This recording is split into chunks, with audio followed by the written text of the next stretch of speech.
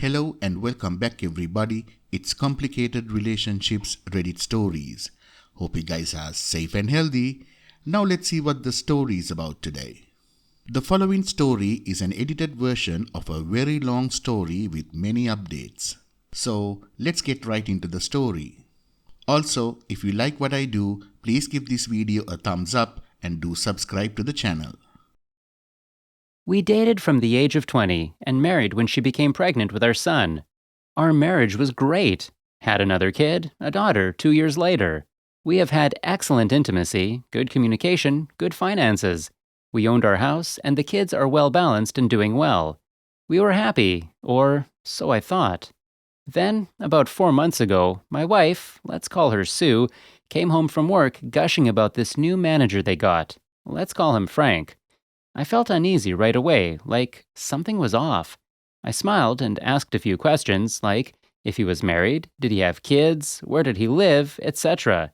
She tells me he is on his second marriage and has 4 kids in total. I was thinking this was probably a crush. I've had those, but they usually pass. So I decided to just wait, that it would probably just go away. Over the next week, this would happen every day, and I got more and more uneasy. I decided I need to see if something more was going on, so I told Sue that I got a virus alert on the home network and that I needed to update the virus software on her mobile and her laptop. She has no IT skills whatsoever. She gave me her equipment, and I installed remote monitoring software and keylogging from the best online service I could find. A few days later, OP saw the first set of text messages going back and forth between them. They were pretty innocent, mostly work-related. Still, the frequency escalates a little over the next 4 to 6 weeks and gets more personal. I do a soft confrontation with my wife. She comes home from work and I stare at her intensely. She asked me what was wrong. I said, "You look like you have done something wrong and you're trying to hide it." She said, "No, I'm not. What are you talking about?" I said, "Are you lying to me? Is there something you need to tell me?"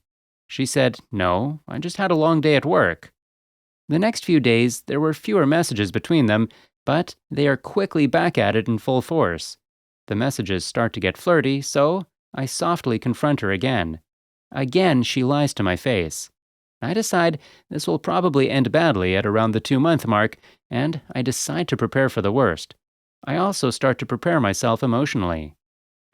Over the next 2 months, their texting evolves into a full-blown EA. It was getting more and more intimate. I confront my wife repeatedly. She keeps lying. I'm not going to force her to stop. After all, she is a grown woman and she makes her own choices. I feel a gigantic rift opening up between us. Intimacy also stops. I think I'm checking out of the marriage in parallel with their activities. I am devastated, but working out a lot and steeling myself for the reality that the only likely outcome at this point is a divorce. I get a lawyer, I prepare the paperwork, and I even hire a guy to be on standby to serve her if and when I decide. Then I see the messages where they plan to meet up. I'm actually relieved since I can finally end it. Just watching this train wreck unfold is agonizing. I rent a room on the same floor on the day they are planning to meet up, and I get my guy ready to serve her in the hotel. The day arrives, she lies and tells OP that she has to work overtime. I drive to the hotel and wait for her to arrive. Me and the guy go up about 10 minutes after she gets into the elevator, and we go up to her floor. The elevator needed a key card. It is the reason I rented a room. We go to the door. I hear her making noises, so they are already at it. I hide around the corner, and he bangs on the door. Frank asks, "What is it?" Serving guy says, "I have an urgent delivery for Sue." Sue asks, "What is it?" Serving guy says, "I don't know, ma'am. I've just been told it's urgent. It has to be delivered to you right now." After more back and forth, the wife finally opens the door in a robe. Serving guy confirms the name with her, and she gets the envelope, and I pop out to sign the form. My wife sees me and just goes white. I sign the papers and walk over to her. She doesn't move. She looks confused to say the least. I look into the room and said, "Hey Frank, show yourself. I know you're in there. Did you enjoy my wife? Or is it lying to your own wife that gets you off? Or is it having several mistresses at once? Is it lying to and cheating on everyone? Is that it? Then I look at my wife and said, Sue, you didn't really think you were the only side piece this guy had, did you? You are one of 3 as far as I know. I just made this up. I have no idea if he has other mistresses than my wife. I just needed to be mean and ruin what they had going on. OP said, Sue, listen to me. You are single now, so don't let me disturb you anymore. You can go back to continue your activities. Then I stormed off. I started crying, but I wasn't going to let them see that, so I ran down the stairs instead of waiting for the elevator. On my way, I heard this primal scream from my wife that was unlike anything I had ever heard before. I got in my car and ugly cried for hours. Now, I'm mostly over it, and I'm glad it's done. I feel liberated, actually. I told the kids they're staying with my parents for now. I even started to flirt with a work colleague, and as I've got on Tinder, I'm chatting with a few women, and it's a great boost for my ego. I'm not looking for anything physical or serious. I will probably never trust anyone enough to have a long-term relationship again anyway. I haven't talked to my wife since. She floods me with messages that I just ignore. But everyone is calling me and trying to pressure me into talking to her. Now, here is the update. I met with Frank's wife. She was devastated. She called Frank and confronted him with me next to her. He begged and pleaded, all the usual stuff. She had been preparing for this as we talked, but still, she broke down and just hung up on him in the end. She ended up spending the night in my new apartment in the spare room. She just couldn't go home and face him. I heard her crying herself to sleep last night. It was heartbreaking. I wanted to go and hug her, but I didn't want to make it weird or make her uncomfortable. I've told her she can stay as long as she wants. Nobody knows about the apartment besides me. My mother-in-law called me and said that my wife has been admitted to a mental facility, trying to harm herself. 27 stitches on her wrist, so it's pretty serious. Surprisingly, she didn't ask me for anything. She just told me to let her know if she could be of any help. My mother-in-law is just awesome. OP still hasn't talked to his wife yet. He will talk to her when he's ready. She is the mother of my children, and I want her to be healthy and able to be a good mother to them, but I'm not allowing this latest action on her part to change my current course. I will never be able to forgive her, so it's better to just get it over with. I will meet my wife probably next week. I don't want to sugarcoat anything or give any false hope. We are done, and we will be divorced. There is no chance at all to reconcile. Now, we need to find a way to co-parent peacefully on the same planet. I've been very fair in my suggested divorce agreement, 50-50 on everything, but now that she is broken down, I will suggest I get main custody for the time being. I've already made a plan with my parents to take over day-to-day responsibilities of the kids. I want to get my kids back in something as close to normal life as possible. I will also move back to our house towards the end of the week. Frank's wife will get to stay in the apartment for as long as she wants. Long story short, OP moved back into the house with the kids. The wife also moved back a few days later. We have a dedicated 1-hour session where we talk every day. During this time, we try to understand and prioritize the issues we need to discuss. Me and the kids have been in individual counseling and family therapy. The last session also included Sue. Sue struggled with the session. She is drowning in shame and guilt at the moment, so I guess we need to be patient.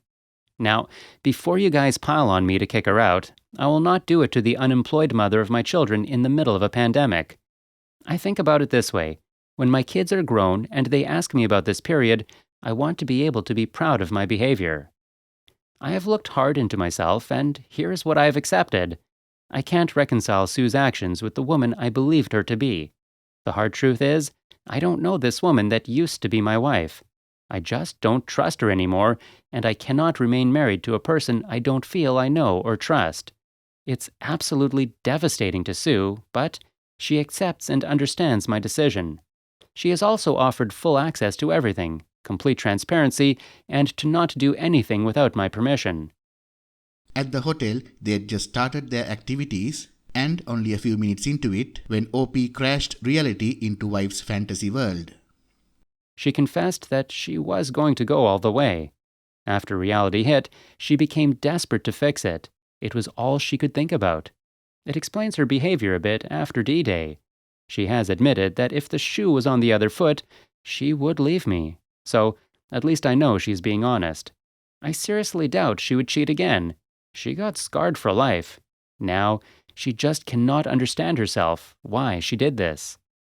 I will give Sue an opportunity to first regain my respect, and then maybe, just maybe, my trust. If she regains my respect and trust, I will consider starting to date her again. Sue seems to be very motivated by this and is clearly putting in a lot of effort.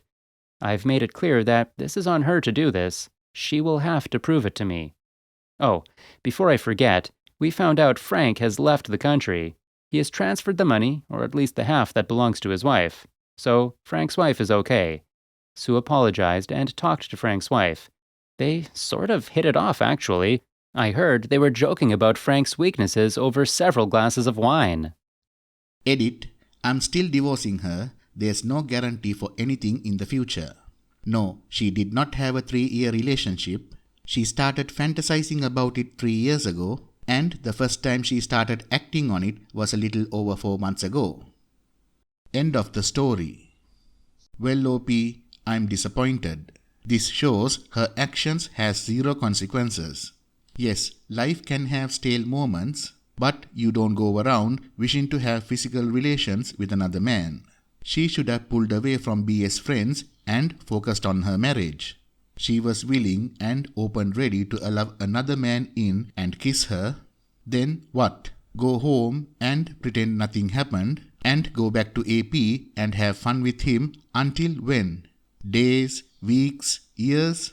Either they break up or she leaves you for him when the kids move away, or she takes it to her deathbed. She had a mental breakdown and you feel it'll be better for the kids if she's home with them. No, it will not. Kids are not as stupid as people seem to believe. I have friends whose parents did this, and they have all agreed it would have been better for them mentally if their parents lived separately. The constant reminder of the pain and the betrayal felt like walking on eggshells. In my opinion, when she gets better, she will do it again. Women don't respect men who take them back after having an affair. If this relationship wasn't bad already, that resentment between you two will come crawling back. Just do the right thing. Thank you all for listening.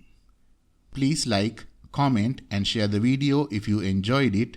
Also, subscribe to the channel and hit the bell icon so you will be notified when we upload the next video. Take care.